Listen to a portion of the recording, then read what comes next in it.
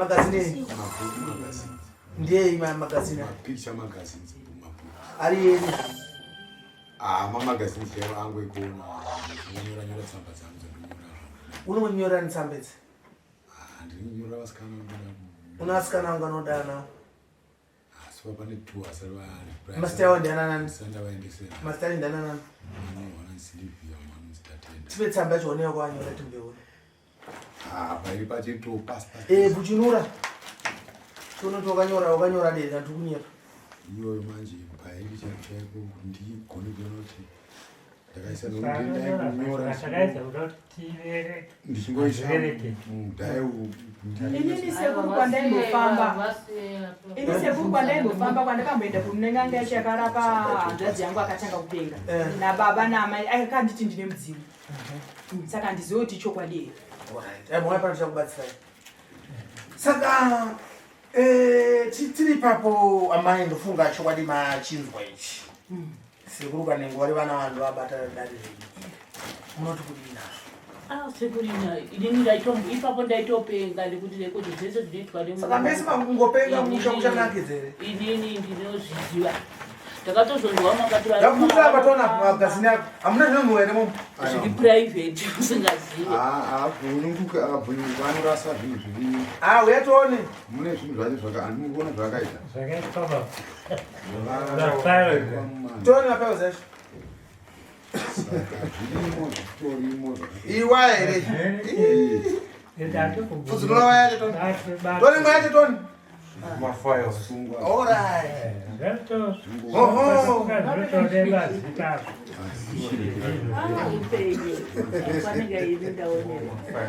ndo mafayo zachani magombeze baba vanzi pamota padaika vanzi chibva kuudza mena mabheji angu toni zvimwe zvacho toni azvipisa ndavangoisa zvese ungoisa apa toni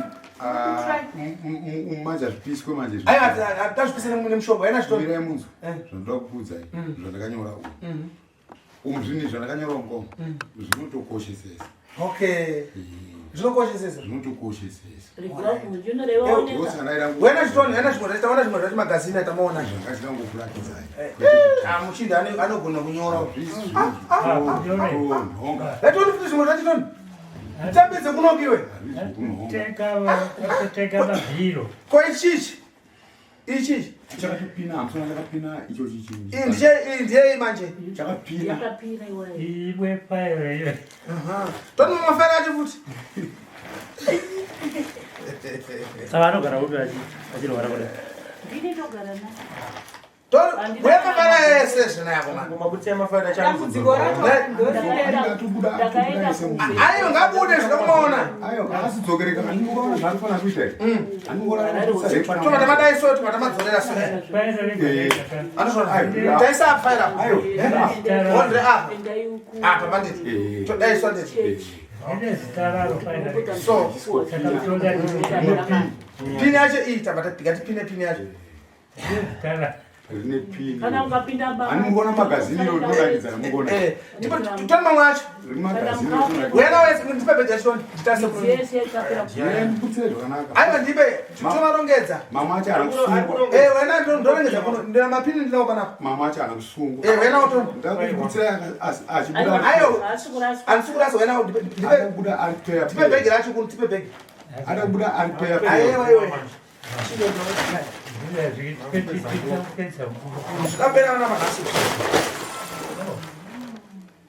sekuri mukasvika pamba pangu panonzwa tsitsi vese havaone nhamu yandinai weti anemagumbezi apera takaedza kuchema kuti ndiyamurwe zvikanzi hurumende haina mariidaidze kuti mudiwarare hospital ininiwo ndinorwara saka kurwara kwandinoita amai vangu havabvumi kuti ndinorwara nekuti havagare neni inde ndichirwarawo ndichiremerwa nemapfudzi ndichipona inzwai vabereki zvese zvitazviona zvese taita sei uku ndonzi kurwara achokwadi handiti Ani makore mangani? 38. Aiyo makore mangani chihwara iyo mudhara? 18 years. 18 years. Gore rino nderechi 18 akatanga 2004. 2004. Up to now 18 years. Atoshamisika nayanzi 18. Right. Tichaita kuti tinoona kupisa zvinhu kumusha. Kumba. Pamusha. Yeah. Uyu anenge aripo Sly. Tozona kuti acharamba chipenge. Isu zvipisa. Kanje pamusha takabva imba yacho yakatopwanya. Pamugara kandoona zvinhu zvacho. Kugara magazini zangu. Muhuri. Angu andotoona nefoni neTV. Aiwa, chaisa mpenzi. Uyu yanzi tiketi ralimbi akawana kufanya. Tiketi ralimbi. Anokunoka. Ndawacha mungu Rimbi. Right, izvi zvese zvida zvipisa zvese. magazini zangu iwayo. Izvi zvangu sekuru kana zvisingaitewo zvibva zvapisi kupa. Ndato zvipisa. Amudana. Kuda kupona. Mukuru. Babangu achiti azvitere sema magazini. Magazini ezvi atite zvekupenga panapa. Zvekupenga zvinonga zvacho. Marara esa. Nechitaga chake ichochi. Tupisa.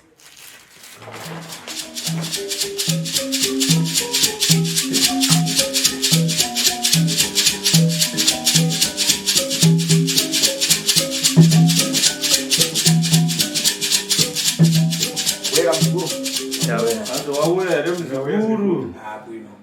Chakuyamba ndikandare yambo. Chekutanga ndisati ndataura. Ndifuna kutenda mzukuru akandigurira tsvimbo. Tenda mzukuru wangu akanditengera tsvimbo iyi. Tsvimbo idabwera kunze kwadziko. Tsvimbo iyi yakabva kuCanada kunze kwenyika. Mzukuru uzondipasa. Ndiye mzukuru wangu akauya nayo kuzondipa. Tati tsvimbo yani ndimwe ndakupasa neyani yachizungu. Hanzi yenyu ndeiyi asi ndakumbokupa yechirungu yakanaka. Apa ndikufasa nadzo. Apa ndikufara zvisingaiti. Kana chiangana kumweku ndikumutendambo. Kana achiona paTV arikutozviona izvozvi. Ndiri kutendambo mumzimu kwete nyama. Ndiri kutenda ndiri mudzimu, ndiri kutenda kwete kunyama. Ndikufasa nadzo. Ndikufara chaizvo. Ukandianga ndapfeka ndavhara jirari. Ukandiona ndakapfeka jira ira ndakapfeka iyi. Ndira upenyu. Ndine upenyu hwakanaka. Umvesesa? Wanzwisisa? Bwino. Zvakanaka. Apa ndikufasa nankani ya blessing. Ndikufara zvakare nemukomana yakagara apa anonzi blessing. Uyu murapashi uyu vanomudziwa ambo. Vanomuziva kumashuroko nezvaanga akaita. Nokudwara kwaakachita ambo. Nekurwara kwaanga akaita nepfungwa. Gara 18 ano achipenga ambo. 18 years achipenga mukomana achitakura masaga. Apa asimbambo abwera kuzatenda tiu. Apa iye zvinezvo asimba adzoka kuti sekuru ndauya kuzotenda. Apa akufuna mbo agadzira mbo atsvake mbo mukazi wakuroora. Apa akuti akudawo mudzimai wekuti achiroora manje. Apa zvinhu zvese zvabwino kupenga kule kwamara. Zvese zvokupenga zviye zvakapera, zvese right manje. Kana kareva nawo mafaro mbamvesana naye basi. Kana iye zvinezvo ukataura naye zvese nhau dzautaura naye aiwa muri kuwirirana pakutaura. Palibe. Hapana chimwe chinhu chaakuvhiringa pakati pake apa. Manja padabwera nanga ndasvipa kunge adapata masito. Maoko akaya maiti ukamatarisa angani matematema iko zvino ndiye blessing. Uyu ndiye blessing lero. Nhasi ndiye auya kuna sekuru kuti zatenda tiu. Kuti sekuru ndauya kuzokutendai. Iwe blessing una mafara funa kudayo kuvantu. Blessing une zvimwe zvauda kutaurawo kuvanhu. Ya ndinazvo zvandinotaura. Leva TV. Taura tinzwe. Ndinoda kuti kuvanhu ruzhinji rweZimbabwe ruzive kuti sekuru vanoshandira zvine simba. Ndakanga ini ndisingatombokwanisa pamakore apfuura anosvika kuma 18 years. Manheru usiku ndaingorara ndichitaura ndichipisa zvinhu pesera ndasviba bhini ndichipinda mumabhini ndichinonga ndifamba nomarara kusvika ndasviba kuti ndosaka ndikuda kuti ruzhinji rweZimbabwe sekuru vanokasira vakaita basa chaizvo zvine zvakakona. Bwino. Ana. Wewe una Sly na mafara? Ndinotobvunza amai vacho kuti makadi muzukuru wasekuru kanyiwa. Ndiripo makadiyo. Aiwa, tinotenda. Munoti ine basa rakabatwa nasekuru pana blessing. Ndiri kushaya kuti ndinoita sei urombo ndouroyi. Sekuru vanozviziva kurarama kwemhuri yedu. Kuti hapana munhu zvino munhu vese anongotambura. Saka ndangoti blessing handei tinozvitura kuna sekuru nekuti sekuru ndo akashanda basa iri. Ndiri kutenda dai vainzi vanoberekwa vari munhu mukuru kudai ndaivabereka kumusana ndichitamba navo ndakavabereka. Asi mwoyo wangu ndo unongoziva kuti ndiri kutenda zvikuru kuna sekuru kuti ndakashaya kuti nguva yesei vakanga vari kupipa nguva yataitambura. Avasingabudika paTV. Vane vachita matare vakawanda. Nekuzobuda kwavakaita vakatidzikunura zvimwe zvinhu zvokuti handigone navo sekuru. Tinotidzokere kumashure mbichana. Blessing dambudziko rakanga inaro mukomana nderei? Ende rakatanga sei? Blessing matangira akaita aitoshanda.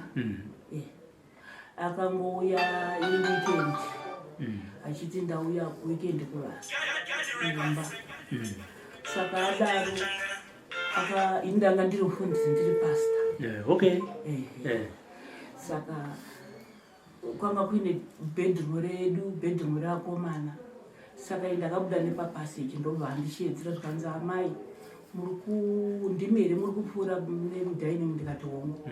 Zvikanzi pindai nemunhu. Ndikati handifanirwa ndipinde nekuti munhu angaivakomana zvikanzi aiwapinda izveni. Ndobva ndikapinda. Ndobva hangu nditi ndibatei ruoko. Zvikanzi sori yenyama yematangirwa. Tatangirwa hanzi hongu. Nei zvikanzi muri ine ndindabatwa. Hamusi kuona here nyoka iri papa iyi nemuswa wacho uri pamakumbo. Ndikataiwa ndisizvona ndakatomonerewa ndatosunga. Saka nekudaro ndakadzokera mubedroom nababa ndikati ndozviri kurablessing. Zvikanzi nababa isiri mbanje.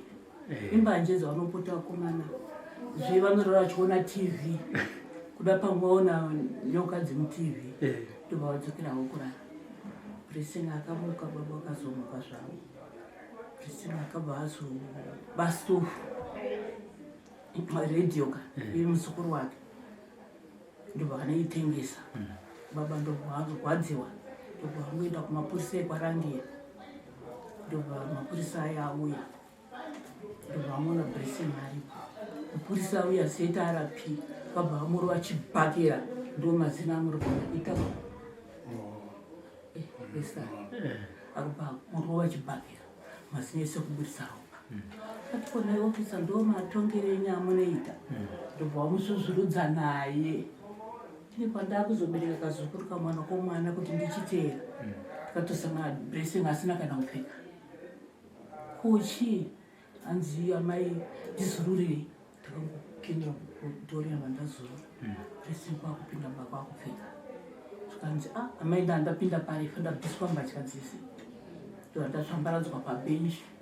Ndakunzi tipei tambo timusunge. Vakabata maoko. Kamba iko. Saka vese vakangodai kutarisa kupi kune maoko studio kuya. Ndobva iye Blessing angoti shere ndovangotiza.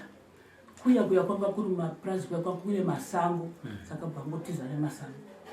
Ndobva ngosvika. Maofisa yana uzongoteera. Kutanga ipapo ndokutotanyamba kutorwara kwa Blessing. Imi makakaita makore mangandizve? 18. Pa 18 years. Imi mise vabereki muchiona dambudziko rapinda mumbala dano. Makatanga kuita sei? Takatanga ina ndiri mufundisi. Chechi yedu yanga isingabvumirwi zven'anga kana maprofita. Takada kuita tichimvenga. Chingoti ndichambenda kuhama dzangu. Tienda kun'anga dzekiko. Zvaivaitaura zvacho. Waimbozvinzwisisa. Kudakara ndakatobva kumusha. Ndaingodzipa ukama wei. Ndikatosiya musha. Ndikatouya ndikatogara muno Mwari kutogara kuhopi. Nekuda kukogara kwaBlessing. Paingoti pacheni. Kavapenyu pane vane zvekwangu pane vane chii. Maprofiti mese tichienda. Vachingobata zvimwe izvo? Hapana chaibuda. Taigona kurara mumasowe pamwe ndainzi 10 days kutsanya. Kurara mumakomo. Asi ndakazongoona mwana wangu musikana achiti amai kubasa kwedu kukanzwa. Kanzwa kunzi kune sekuru anonzi sekuru Kanangoni. saka handeiti mbonoona kuti chii ndobatangoya pano kwakutobatsirana sekuru Kanengo. Haana kuniza kuyana here mukomana? ani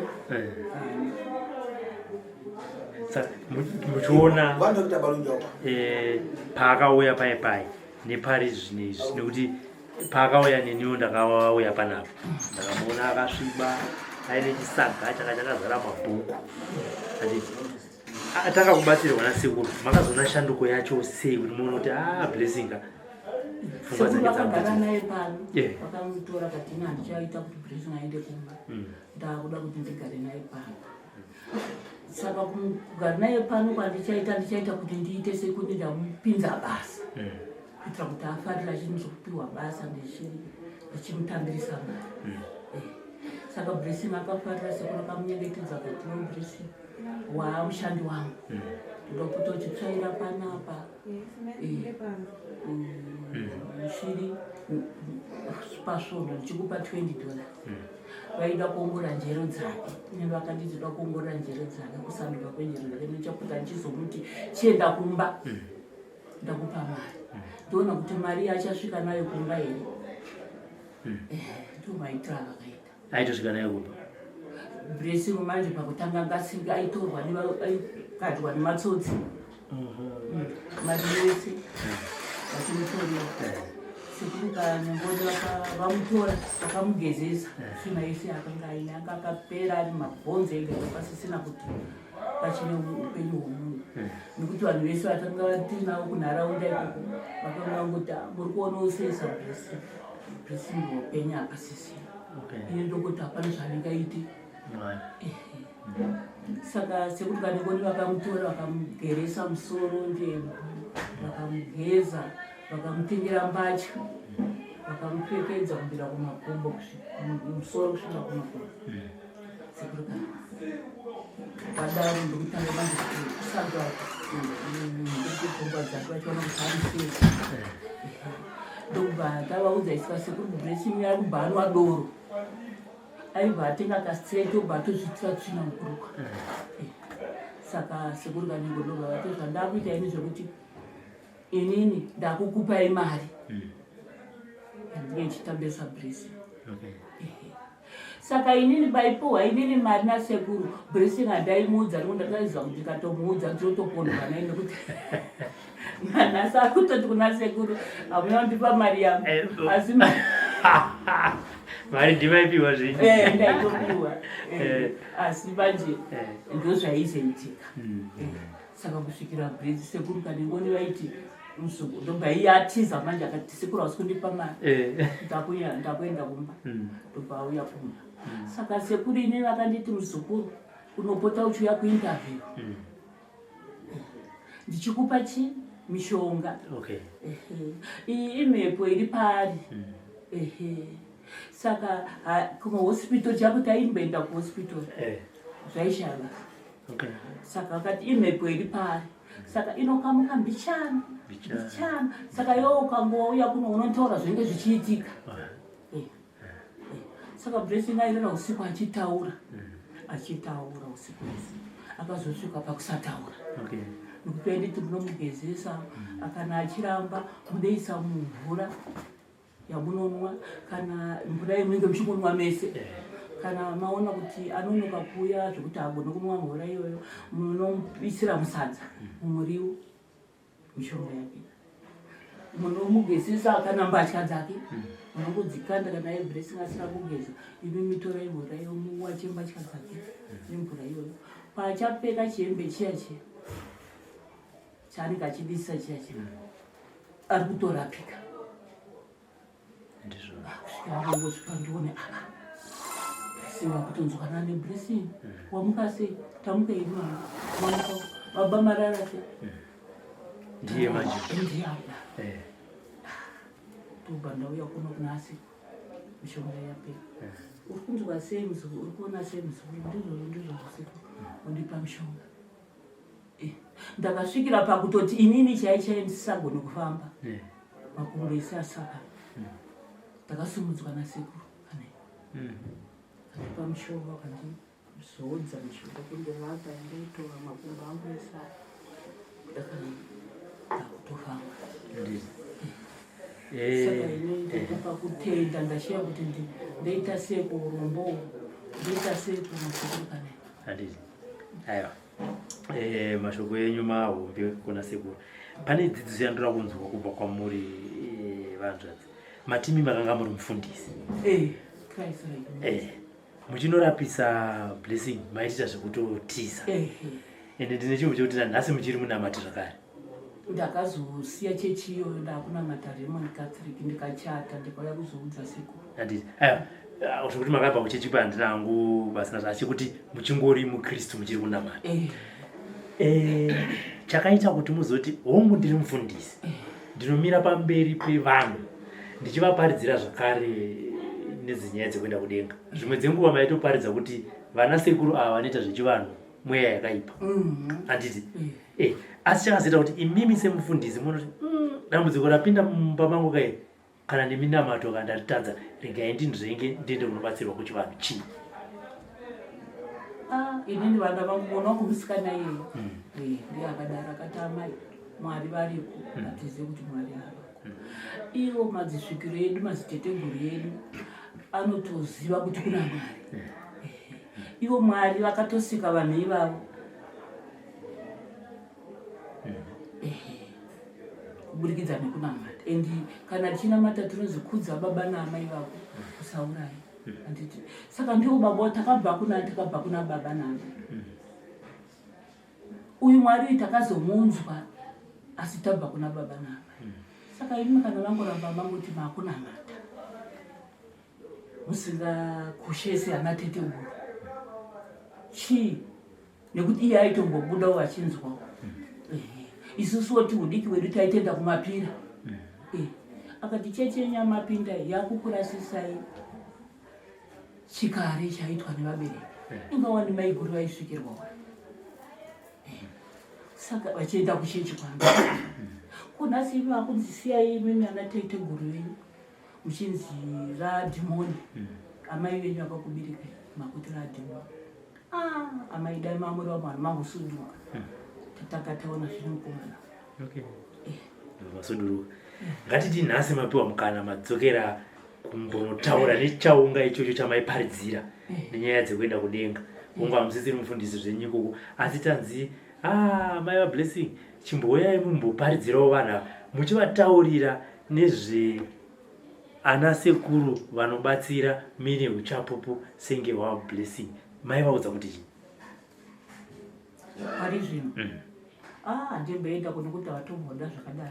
Ngatiti totoenda kuchechi kwedu pandakapinda kuRoman Catholic nekuti inoguma inoti kana dai ukafa vanonamate kuti vana tete guru vese vakafa muri kumusoro kudenga. Alright. Ngatiti mapiwa mukana hamusi mufundisi handisi. Muri kuda kutaura kune mamwe makristu tombobvisa iwo kwamaendawo. Muri kuda kungotaurira makristu muchipa uchapupu hwablessing. Mungavaudze kuti nekuti sendiri kubvunza pane vamwe vachine chitendero sechamakami nacho muri mufundisi chekuti n'anga idzi basa radzo kurombesa nekuroya vanhu. Handiti iye zvino mune uchapupu nekupona kukaita mwana wenyu kwamakaona imimi muchifamba mune nzira dzamakafamba dziri muri mufundisi makazobuda kusvika panonyanya zobatsirwa. Ngatiti imapiwa mukana kuti tese tiri makristu tiri muno dzidziso yamangatipe muchipa uchapupu kubva kune babatsirwa makatiwa nevablessing ndokuti chii? Ndinongovati hama dzadiwa ngatinamate kwese. Ngatizive kuti kuna natate guru vakafa vari pasi. Vanotichengeta mese matinofamba. Hongu Mwari varipo asi tine vanotivhumamira. Blessing. Ngatidzokere kumashure uku. Uri kuzaire musi wawakashedza amai mubhedhuru wadzoka kubasa kana kuti zvakanganwa makore awandisa? Makore awandisa kwanga tokuvhiringika because zvese zvazvinomboitika zvese izvozvo kuti nyoka yandaitaura inga isipo pandiri asi ndichiti ndiri kuona nyoka saka kwanga tokuvhiringika brain wese kwakadaro. Saka tichidzokera kumakore iwaya wakarasika njere, pane zvimwe here zvaungaremembe kana zvaunorangarira zvawaiita? Zvandinorangarira zvandaita zvazvizvo kutorasika brain izvo because ndombirombiro dzekuti manheru unorara uchitaura uzopedzera wakupisa kana magumbezi kana mbazha kana ipisa zvese pedzera mumba mese masara muri empty ndakapisa dzimba mangu katatu kese ndozvandiri kurimemba chetero saka ndoti sekuru vanobatsira chaizvo. Saka uda kuti kuchi kuna hanzvadzi yako ndo yakatanga kuona sekuru Kanengo ichibva yaenda kuna amai nababa ikati ngatimbofambai vakomana tibheta se timboenda kwasekuru kuti zvimwe timbonoedza zvimwe blessing anga batsirwe and nhasi takatogara tiri kutaura nyaya nekuti musi watakapi kutanga wakatogara wakatobata kuno uchida kuenda kwaenda orai ndokuti vakaita basa nekutoti ndo zvinhu zvaitonetsa izvo zvaikonzeresa kutaura usiku saka vakaita basa vakatodhandei kwasekuru. Dambudziko ranga inaro rakakudzosera kumashure zvakaita sei? Because 18 years hadzisi kutanga rakandidzorera zvakanyanya ngokuti mabasa handisinganyanzoshanda mabasa anotibhadharei saka zvakatondidzorera kumashure senguva yakatoti rebei. Pawaishanda paipai wakanga uine shamwari dzako ndobva wasanga kurwara dzichiri kuere shamwari idzi zvokuti vanogona kutokuona kuti ndiwe here kurati kana kuti vamwana vari kuziva uchi blessing wekudhara blessing akazorwara nablessing wechimanje manje variko variko vanototi zveshuwa zvanga zvakatokanganisika semunhu anga angotaura zvinhu sirizvo manheru urara uchingotaura uchingoshaudha pisa zvinhu magumbeze pisa mbatya zvese zvemumba. Handiti asi wazonzwa here kuti mari yako yawaishanda ina amai? Ndatoya wakatopiwa mari handi waitenga wawa wawakumwazese kwete stere mwangu apo nepapo. Handiti sekuru toda kutenda nebasa ramakabata pane muzukuru. Ndaona mati nhasi jira ramina ndere green ndarakuda kubvunza kuti ndere upenyu ndarakuda kuti kuyangiza kureva kuti wakawanda pfeka green mas imvura upenyu wamuntu ndadzirimwa upenyu nechiraramo chakanaka. Uyo achararama kwamakore namagore, uyo achararama upenyu hwakareba, nchito achaiwana pomwe, basa achariwana rakanaka. Mvezesa achata zvichakurambo zvichashamisa vantu, achata zvinhu zvihombe zvichatoshamisa vanhu kuti ndiye mukomana wehere.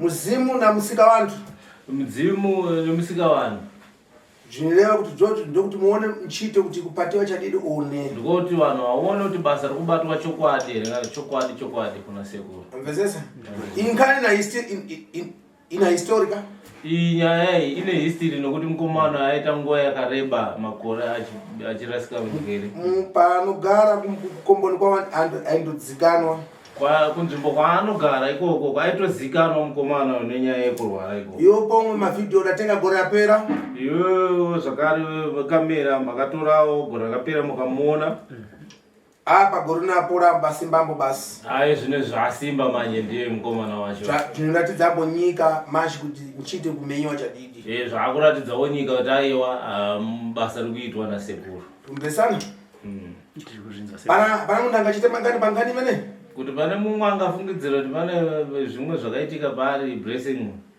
pariba hapana bwino zvinchitika aiwa zvakanaka ndambo iye blessing ndiana mafara aleti mafara aita fona dareve blessing nyaya yako yekupedzisira kutaura ruzhinji rweZimbabwe ndikupedzisira kutaura ndeyekuti ruzhinji rweZimbabwe runofanira kutongotedzera zvekutaura nasekuru Kanengoni ndochaizvo chaizvo zvinodiwa pakuti utorarama upenyu unenge uri nani because kana utosara ndambudziko rurwara nepfungwa asatotedzera zvekutaura achiremba hazvibude.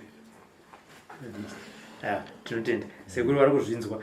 Sekuru chikumbiro changu ndechekuti ndina vamwe vazukuru vanenge vaona nyaya dzinenge dzakaita sedzana blessing kuti ndo dambudziko riko vamwe vanobva tofanira kuti inini ndiri kunze kwenyika ndine mwana wangu ari kurwara ari kuita zvekupenga unokwanisa kuenda naye here inini zvinoita sekuru kuti nditakure nata ngabwere nefamilia zache ngawe nefamily yake bosi pano zvinhu zvifanira kuchitika unoti panofana zvinofana kuitika pakudya mankhwara uyu padakwera andaitopatiwa uko uyu pakauya patoda hawe ukama anenge aripo anenge akatobatwa popano aita kaita zvakupusa taitotora muchamu chitomenya panapa aitoti akatoita zvekupusa aitovatirwa shamu otorohwa achidya kuti samba kuti geza idya mushonga achidya mankhwara achidya mushonga saka iye ndozongeseka popano unozokwanisa here kumugezesa kusiya ntchito yako bwera achidya mankhwara kusiya basa rako chimudyisa mushonga idya mankhwara idya mushonga iye afuna kulapiriwa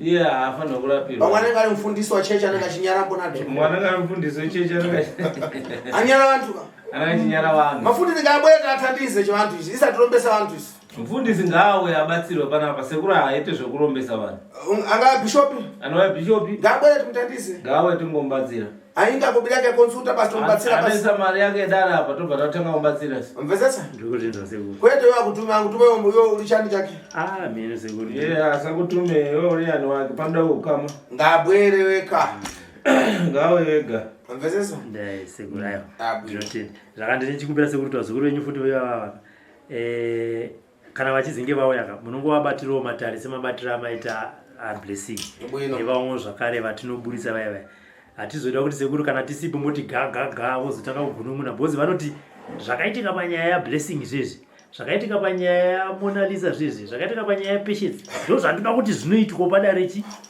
ukaona nkhani ichitika ukaona nawo inoitika vantu vambokukurumidza kuita chiramwa vanhu vanoita chiramwa imbo pano handichite magic inini zvinhu zvangu handiite magic mishonga inofamba mbijana mbijana ndoshandisa mushonga muntu ngaadye mankhwala yake nguva nanguva achitedzera zvinochitika ampona munhu ngaatedzere mishonga yanenge apiwa anopona kwete ungopaso mankhwala kuti zvangu zvatichita nokuti nkhani yablessing apo ukaleri nkhani yacho pazvinayamba mushonga chetobva totenda yangu yatoita nawo nada nepanapa chitariri magic panapa handiite zvemagic kuti ipapo nada idya mushonga ukayangana nkhani yablessing iri nawo yablessing kwadoyambira kwandakatangira nayo kufikira lero kusvika nhasi pana mazuva namwedzi namwedzi pane zuva nemwedzi nemwedzi saka kuti angobatsira lero manje munhu angoti akabatsirwa nhasi mawa kutotelefona kuti zvangu tibe kuchita autofona kuti mangwana ini zvinhu zvangu hazvina kuita kokutamanga chani iwe kokumhanyei mishonga bwereko kuno ndikuchinjira mankhwala kana kuhospitari chako hospitari uya ndikuchinjira mishonga even kuchipatara chaiko ukapinda kwadhoktera ukaenda kwadhokta wakaona kuti mankhwala ako kupasa asikuita namuropo wako mishonga ndiri kukupa usikukuitira namuropo wakanchinjira komwe mankhwala kana kuchinjira futi hazvisi kuendana neropa rako mvezesa nzwisisa kwete muntu kungotamanga kuti zvangu ndizve kuchiita ichi kwete kungomhanya chete kuti hanzi zvangu hazvina kuita vanda kutedzera zvinhu zvavo zvikwata magwino vanhu vakutedzera zvinhu zvavo zvinofamba zvakanaka ukarega kutedzera zvinhu zvavo zvinotasa ukarega kutedzera zvinhu zvako zvinokunetsawo chimwe chachiwiri chimwe chechitu anakanengwa wandambo anakanengo vawanda iyi ndo maka yandapaswa namuzukuru wanga iyi ndio maka yangu iyi yandakapiwa nemuzukuru wangu ukafika mutare vatiu kanengo ukasvika mudare vasekuru kanengo ive tsvimbo iyi pasina tsvimbo iyo saka asi kanengo woziva kuti aiwa haasiri kanengo ukayangana tsvimbo ukatasa tsvimbo iyi uziva ndiyaye kanengo unoziva kuti ndiwo sekuru kanengwa imwe nkhani pomwe imwe nhau futi zvakare pakuita kobirizano vantu kuisana mari dzenyu yanganani fesi yanga mukisa kobiri kwaine one tarisai fesi yasekuru video call kuti muone kuti ndiye here munhu watikuisira mari umva munhu achirati kobiri tiudaita kobiri patelefoni unonza kuti anzi sekuru ndakaisa mari pafoni penyu ndakaitira muzukuru wanu ndakaisira muzukuru wenyu iri pakuzobvunzambo pale ini pakuzobvunza paye wakaisa paponika kuti wakaisa papi mari yacho ini ndifonera ndidzembo ndikudziisa pangana zangana inini ndinotokuudza kana chitiisa pane muzukuru uyu kwete wanaona kanengo wako patelefoni kwete wataura nakanengo wako iko kufoni kwako waisa kobiri yako wobva waisa mari yako iko wamaliza kuika kobiri wapedza waisa mari iko wakufona panumuro zangu wakutifona manje pafoni chacho yasekuru funa nini tote aiwa izvozvo handikwanisi mumvesesa manzwisira wazukuru mafara ndikuda mafara mweya nhau yandikutaura nhau iyoyi nekuda zvigodzero zvikuchitika mupano zviri kuitika izvozvo telefoni yangu zvikuchitika mupano zviri kuitika panapa mamvesesa manzwisisa wazukuru sandifuna muntu pakuika kobiri paye sandoda kuti munhu pakuisa mari yako nditelefonere mpano ndifonere nditaure newe kuti ndi muzukuru wanga chadidi ndizive kuti aiwa uyu ndiye muzukuru wangu waika kobiri yako waisa mari yako tishandirana tokubatsira vamwe akazoenda kupolisiya vamwe akazoenda kupolisi karipota ndakaika kobiri kwakatiwa kuti ndakaisa mari kwasekuru kanengo kubvunzamo kuti kobiri ndaika foni. Kwakubvunza kuti wakaisa mari papi? Aliasa kuna Chimangeni. Wakuisa kuna Chimangeni. Chimangeni chinonziwa lini? Chimangeni wacho handimuzive. Saka iwo ikakopidia kupanidziwa kubanu chidakatiwa. Saka isa pafoni yasekuru wataura neni. Bwino. Ndatenda zuru. Mafara kasi ndifasa. Ndo ndafara chaizvo. Nari kunze kwa dziko. Nevari kunze kwenyika. Nari muno muZimbabwe. Nevari muno muZimbabwe. Mwese muri vazukuru vangu mwese. Mwese muri vazukuru vangu. Muzukuru wedziko lense. Muri vazukuru ndiri vasekuru wenyika yese. Bwino. Ndatenda. Sekuru, nyaya yangu kupedzisira. Dzidzisaiwo vazukuru venyu ava kuti kana unobhadhira mari yedare, wapinda mudare kune zvinozoitika kana paine dzimwe mari dzimwe dzinenge dzichizodiwa. Unonzwa mumwe achiti ndakafona ndakataura nasekuru ndakadzibvisa 1000 yechii iwe usina kupinda mudare. Akanenge ataura nevazukuru venyu. Kuribe kobhiri kuti ndichajiwa kobhiri ya 1000. Hakuna mari inochajirwa kunze kwedare ichinji 1000. Unoita kobhiri ya kuyamba. Unoisa mari yekutanga yedare. Wopita mutare. Wopinda mudare. Wamaliza kupita mutare. Wapedza kupinda mudare watsanangurwa nawo yako. Wozouzwa kobhiri mashi. Wochitsanangurwa kana pane zviri zvabatwa mudare. Kwetembo mwezi waika kobhiri yako kunze kwatare dzari ndoto. Kwete kuti uri kunze kwedare wobva waisirwa mari yako ikoko. Apa dzimwe nkhani dziri kwana dzinayi dziri mutelefoni manga. Apa ndine dzimwe nhau dzakawanda dziri kusvika kana kuti 9 dzirimo. Apa nkhani dzari kuti ndibudise nenumero za telefoni dzacho dzinisokonesa. Kuti ndibudise manje nhamba dzefoni manje zvakunetsa. Munhu wandikachitira ntchito fiti yake vefi kulewa imo muno muZimbabwe. Pane munhu wandakaitira basa rake muroyi wake akutaura muno muZimbabwe kuti vefi izvozvi so vakachajiwa kobhiri munenge kobhiri yekutangisa yadare kozobwera kobhiri yakugadzira mankhwala kuchinja kuchipata mibwino. Munotanga maisa mari yedare muno mudare matsanangurwa nawo yenyu mozoisa mari inenge yachajwa muno yemudare kubata mushonga. Bwino. Aiwa, ndatenda sekuru. Pajeka ipapa. Bwino. Ngatsudzuke amwe apite dzimwe fiti tifana kumenya ntchito.